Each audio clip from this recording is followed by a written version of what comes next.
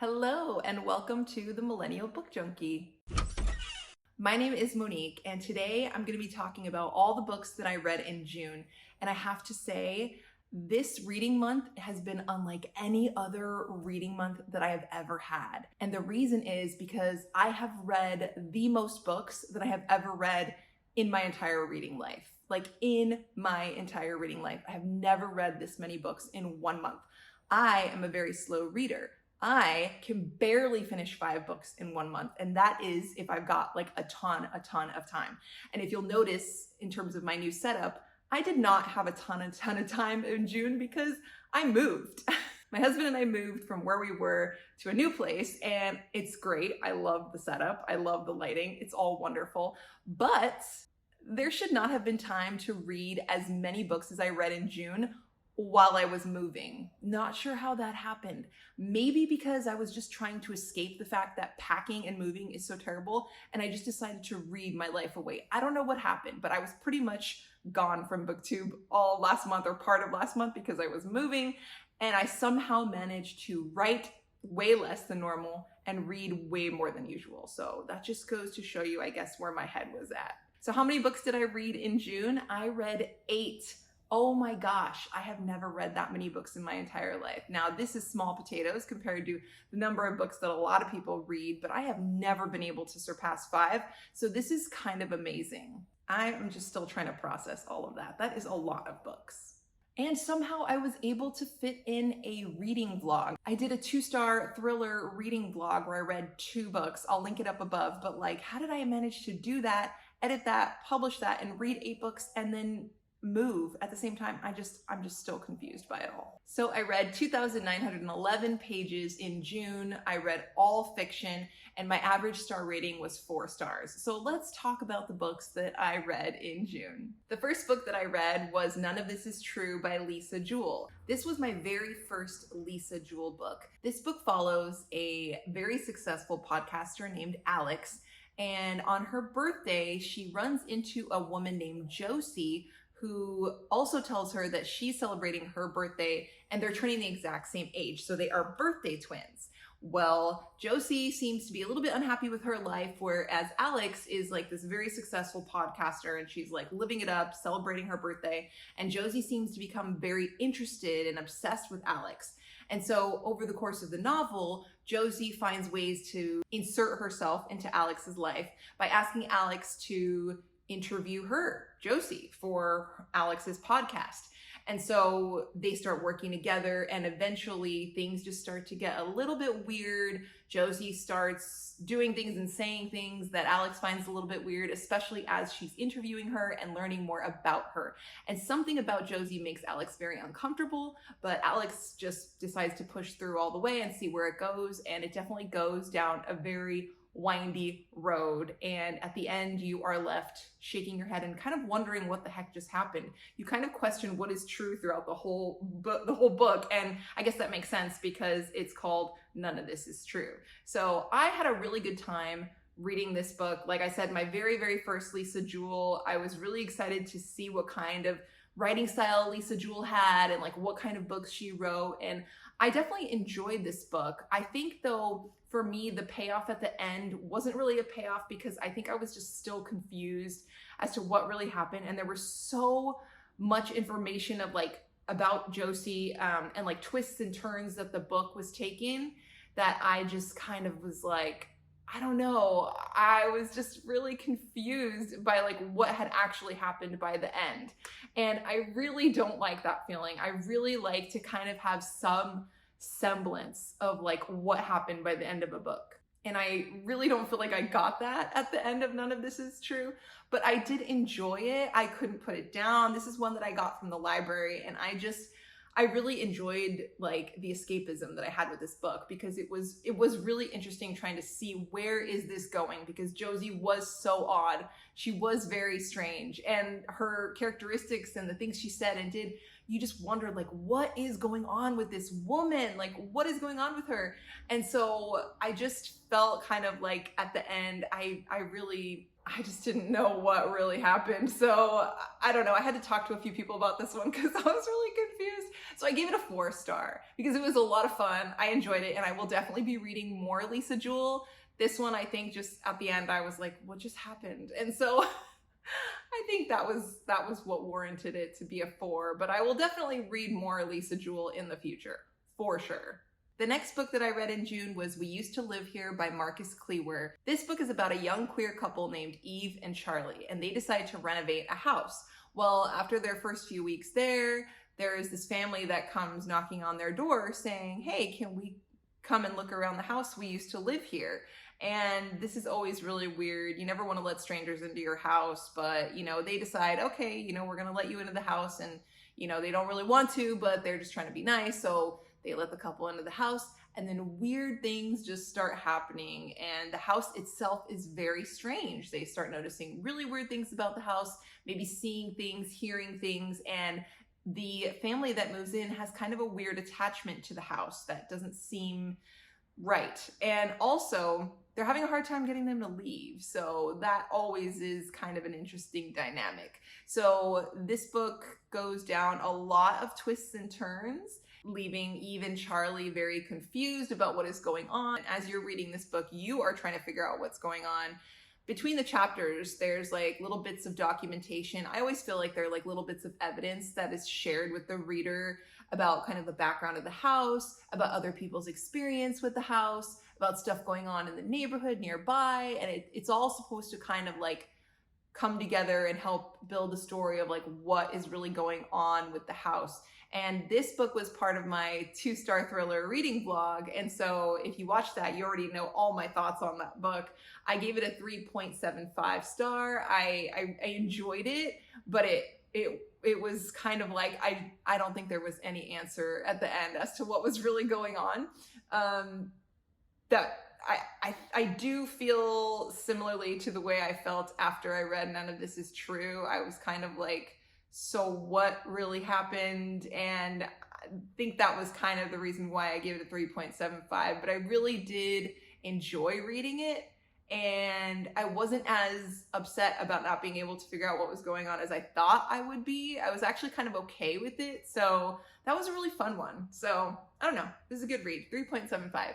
The third book that I read in June was You Shouldn't Have Come Here by Geneva Rose. This was also part of that 2-star thriller vlog that I had. And this one is about a young woman named Grace Evans who is feeling really burnt out at work in the city, and she decides to take a little vacay to herself. She rents an Airbnb in Wyoming, and she meets this guy named Calvin who's really handsome, and he owns the Airbnb, and he's kind of like staying in the same house with her. It's not really a house. I feel like in the book it's kind of described as like, maybe it's like either a big house or like a motel situation. I'm not really sure. But Calvin is there in the same area where she is staying, and he offers to basically be her friend. He kind of has a crush on her. We get both Calvin and Grace's perspectives throughout, and as the book goes along, Grace is feeling a little more uncomfortable. Calvin is getting a little bit more strange, and at the end there's a twist to kind of see what the heck is really going on with Calvin and Grace. And I gotta say, it was not very satisfying. If you watched that 2-star thriller vlog that I posted earlier this month, then you will know my true feelings on this book. It was my second Geneva Rose book. My first book was Home is Where the Bodies Are, which I actually enjoyed. That one was all right. But this book just did not sit well with me. I didn't think there was any really good character development. The events in the book that were happening just did not really mattered to me. I didn't really care about the characters or what was happening. I gave this book a 1.5 star. The reason why I'd even got a 0.5 was because I actually liked the ending a little bit, just because there was more character development at the end.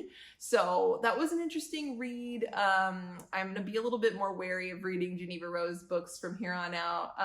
But yeah, what can you do? But that was the lowest rating that I had this month. Everything else was really good. So I'm excited to share the rest. Okay, so then the fourth book that I had planned to read in June was Tell Me What You Did by Carter Wilson. And this was supposed to be the last book that I was supposed to read in June because I was moving. So I was like, there's no way I'm gonna get to more than 4 books. And yeah, I don't know how I read 8. But anyway, this is the fourth one. This book follows a young podcaster named Poe Webb, who has a podcast where she invites people who have done things wrong in the past, like people who have killed people, people who have hurt other people, to come on her podcast and tell her what they did. Hence, tell me what you did. That's the line she uses on her podcast. She invites these people very anonymously to share what they did. Did they kill someone? Did they hurt someone? On a very popular podcast. And one day, this very creepy guy comes onto her podcast and she says, hey, tell me what you did. And he kind of implies that he killed her mother. And the thing is, she was like, you're lying because I know who killed my mother and I killed them. So you're not him. And so what follows is kind of a really thrilling journey of like cat and mouse. Like you're trying to like figure out like who this guy is. And you hear the backstory, of course, of like, you know, who she actually killed. But you're kind of like trying to figure out whether this guy is telling the truth. Did he really kill the mom? And if he did kill the mom, then who did she kill? Poe, because she was pretty sure she killed her mom's killer. And this guy who she's talking to is also trying to find her and kill her. So she's trying to run away from him, but he like wants all this airtime on her podcast. And then she's also interested in trying to figure out what happened, you know, whether or not he's her mom's killer. So I just had such a great time with this book. And there were several things that I loved about this book. Number one, it's a very thick book, but it's not like super long. It's still in the 300-page range. So it wasn't like it was like supposed to be this very like long book unnecessarily. I thought it was a perfect book in terms of the length, but it was very thick. And just holding this book, it just reminded me of like the Harry Potter books back in the day, like the paperback Harry Potter books. And I just kind of like tore through it. And the cool thing about this one too, which I've never seen in any other book, is that it had QR codes in it. So you could see like the live video version of what was going on with this character. And I thought that was really cool. I thought it added like an element of interaction and I just thought it was fun. But I also just really liked this character, Poe Webb. She seemed kind of real and she seemed just like a little bit like tomboy and just kind of like, I don't know, she didn't put up with anything. She just seemed like a really tough woman and I really liked that. And I enjoyed reading this book. I enjoyed afterward, I was thinking about it a lot and I think I may need to read more Carter Wilson because this was just something I couldn't put down. I really, really had fun with it. I really, really enjoyed it. And I gave it a 5-star. So that was my first 5-star read of the month and it was not my last either. So okay, here's where my reading schedule just kind of had a mind of its own. So I finished that book, that fourth book, I don't know, probably within the first 2 weeks of the month. And I was like, okay, what do I read next? I didn't plan to read anything next. I had only planned to read the 4 books. Then I go to a family gathering and I hear about the trailer for the movie The Long Walk, which is based on a book by Stephen King. And my family members all love like horror movies too. So they were like, oh, you have to see The Long Walk. Like that's coming out in September. And I'm like, what is The Long Walk? And when I watched the trailer, I was like, okay, this is a movie that's coming out. I need to read the book. So here I am packing to leave, packing all my books up. And what do I find in my bookshelf? The Long Walk by Stephen King. Something told me that I might have it, but I have a pretty good idea of the books in my shelf. And I was like, there's no way I have this, but maybe I'll check. I had it. And it's like super old. It's a super old paperback that I got for like $7.99 back in the day when books were like this small and that price. So I immediately was like, I'm reading this book. Now let me give you a little bit of my history with Stephen King, a very short abridged history. He has not always been my favorite. I think I've read maybe 3 of his books throughout my reader life. I think the reason why he hasn't been my favorite though is because I read a lot of his books when I was really young.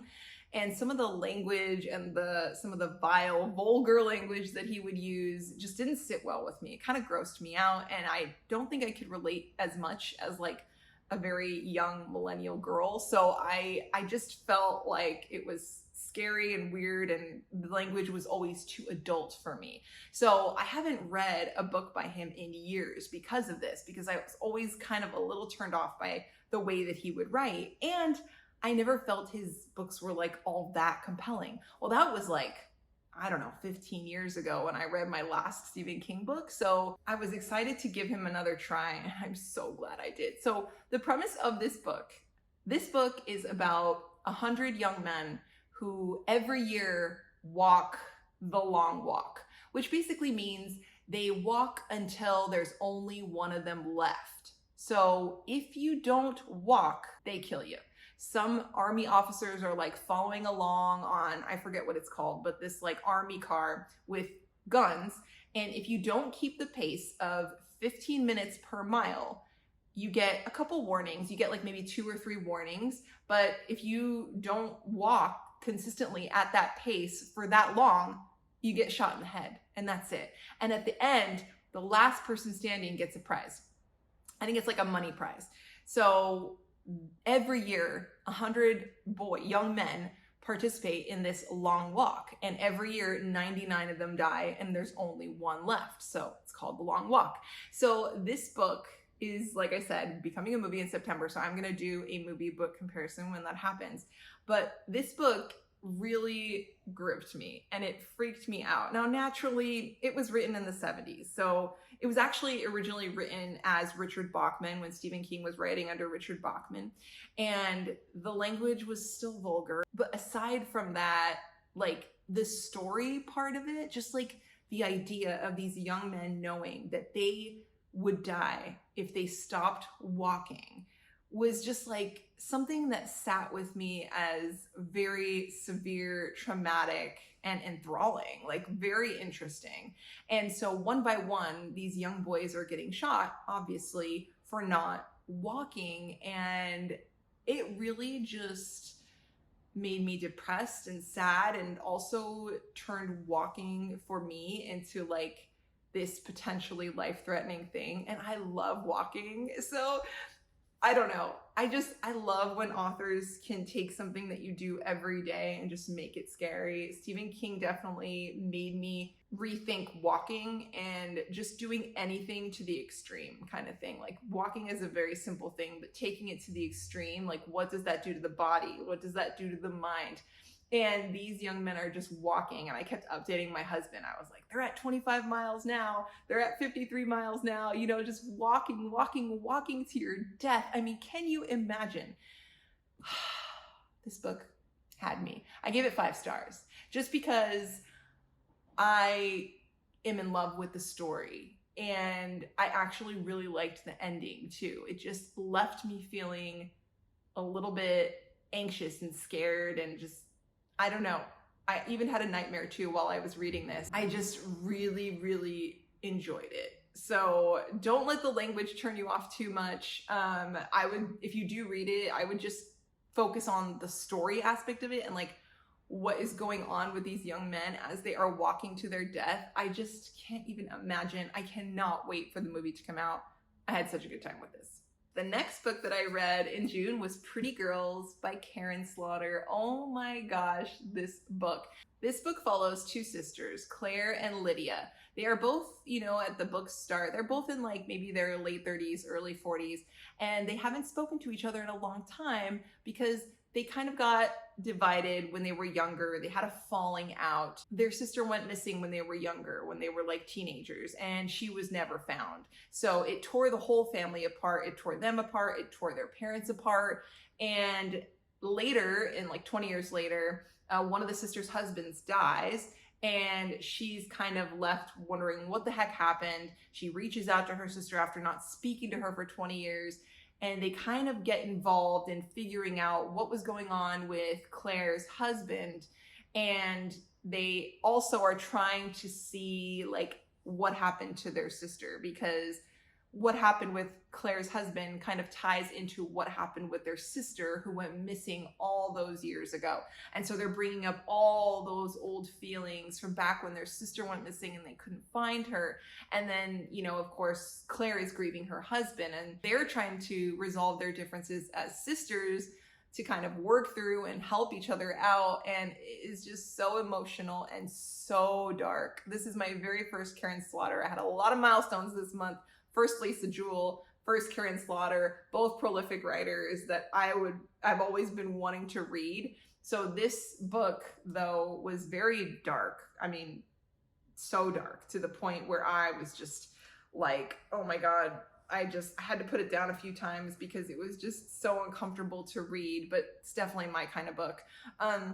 And by the end, of course, I felt emotional about it. I felt very tied to these sisters. I felt like I knew them really well. And this is a woman who does backstory so well. I wasn't really even aware that I was reading backstory when I was reading backstory. And when I was reading the backstory, I wanted to know more. I mean, that to me is like the mark of a good writer, where they can interweave all this backstory and they can build these characters in a way that makes you interested in them. This one took me a little bit longer to read. This is the one, it's kind of thick, and it's I think it's like well into the 400s, a little bit into the 400s here. And this was one of the books that I was reading literally as we were moving, which was the most busiest time. So this one took me the longest to read, but man, I enjoyed every line, every minute. Karen Slaughter just taught me so much about the system and then like the criminal system, I guess. And like, she also had a very, very like smart husband who like did things certain ways and made certain remarks. So I felt like I was learning also through these characters as I was reading about them. I was learning new things. I was even jotting down the ways that she would describe things so I can use them in my own writing, because she just is such a great storyteller. And I was like, this is how you write. She was phenomenal. I gave this a 5-star. So after reading those 6 books, I was really stumped. I didn't know what to read next. I was staring at my bookshelf, like looking at all the unread books that I had to read. And I was like, okay, what am I in the mood for? I'm probably only going to be able to fit one more book in. Let me get something small. And I chose The Arrangement by Kirsten Modglin. Oh my goodness. What a sweet surprise this one was. This one follows a couple, a married couple with 3 kids, who decide that they are going to come up with this arrangement where they have an open marriage once a week. So once a week, each of them can go on a date with someone else that they meet on an app and, you know, become the single person for just that one night and then return back to their marriage the other nights as if nothing's happened. This is more the wife's idea. She comes up with this idea to save the marriage, thinking that it'll give them a little more I don't know, respect for each other. I guess it was her plan to kind of make her husband love her more, to see that she was out with other men, and maybe it was her plan to like love him more because he was out with other women. And so she just thought this whole arrangement of them being with other people once a week would just save the marriage. So she goes out on a date, he goes out on a date, and these kinds of arrangements, they never work out, especially in thriller novels. They just never work out. And definitely, this just did not work out. People were showing up dead. They were trying to figure out what was going on. You're trying to figure out what's going on. And as soon as that dead person shows up at the door, you know this is going to be a crazy thing. You don't know where it's going to go. You don't know if they're going to try and cover up the body, if you're going to go to the police. You know, there's always that, what do I do when you have a dead body? Go to the police. But of course, that doesn't make a good story. So yeah, so anyway, they're trying to hide all this from their kids. They're trying to get out of the jam they're in. And this was just a fun ride, I gotta say. I believe this was like a self-published book, and I know she has other books. I believe this is the first in a series. And I've heard a lot of mixed reviews about this, but I freaking loved it. Like, I really enjoyed it. I mean, even like by the end when I was like, little twists here and there, I was like, what? Like this one like twists you back and forth all over the place till the end. I really had a good time with this. It was surprising to me. I wasn't sure how I was gonna like it, and I couldn't put it down. I read it in 2 days, and that is something that I never do. I got the audiobook. I was reading it and then listening to it. Oh my gosh, I really liked this book. But I ended up giving it a 3.5 because, I don't know, there was something, I think probably just because like towards the end, it just got so ridiculous that I was like, I don't know how I feel about that, but it was really fun. I don't know. I feel like it could be a 4-star, but for me, I just felt like it was a solid 3.5. It just was fun and twisty, and I would definitely read another one of her books. So after I read the 7 books, I was like, there's no way I'm going to be able to fit in another book. I had like 1 or 2 days left in the month, but somehow I fit in another book, and I read That's Not My Name by Megan Lally. This book follows a young woman who wakes up in a ditch. She doesn't know who she is or where she is. She has no memory of what's going on. She stumbles out into the highway. The cops find her. They pick her up and they're like, who are you? She's like, I have no idea. And then this man comes in the police station and he's like, there you are, my daughter. That's my daughter. I'm your father. Your name's Mary. Don't you remember me? And she's like, I've never met you in my life. Mary doesn't even sound familiar as my name. I have no idea what's going on, but I'm battered and bruised and I don't know what to do. And the cops are like, okay, we can't just send this girl home with you. You know, do you have some confirmation of like her birth certificate, her social security, all this stuff? And this guy whips it all out. He shows, hey, I'm your father. I got photos of you when you were younger. I've got student ID. I've got all this paperwork. And so he's like, you're my daughter. You're coming home with me. And she's like, okay. You know, she's just grateful because she's tired and she wants to go home. She's all in pain. And she's like, all right, if this guy says he's my dad, he's my dad. So then it's like, okay, is he really her dad? And then you've got a separate storyline going on in this book where these young kids from a high school are trying to find their missing friend, Lola. And so they're going on the hunt. I did not realize that this was a YA novel. I do not read YA at all, but like I could tell, like the first few chapters in, I'm like, these people are kind of young. Main characters are kind of young. I looked up the author and they said, which, you know, Megan Lally, and it was a YA author. And I was like, oh, I don't usually read YA, but it was an interesting book. So I kept going, and I've seen this book on Instagram before, so I thought it was an adult thriller, but it wasn't. But either way, I really liked it. So anyway, the kids are trying to find this missing girl, and she's trying to figure out who she is. And of course, at the end, their storylines collide, and you find out what's really going on. But I really enjoyed this, okay? So it was a YA novel. Like I said, I don't usually read YA, but this was fun. And I cried at the end. Could you imagine? I was crying. I don't know what was going on. I was very emotional at the end. This author did a phenomenal job building these characters and making me feel something for them. And I enjoyed the dialogue. The dialogue was great. And I really liked this book. I gave it a 4.5 star. Regardless of the YA thing, I found it very enjoyable, and I will definitely read more by Megan Lally. I really like this one. Have you guys read this one? Let me know in the comments, because did you know it was a YA novel? I didn't. Anyway, I enjoyed it. Very highly recommend. 4.5. So that is it. Those were the 8 books that I read in June, and wow, I am just blown away. I cannot believe that I read those books.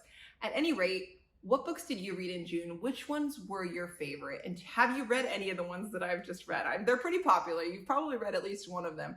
Let me know what you thought about those. And if you like this content, don't forget to like and subscribe. I always appreciate it. And I'll see you guys next time. Bye.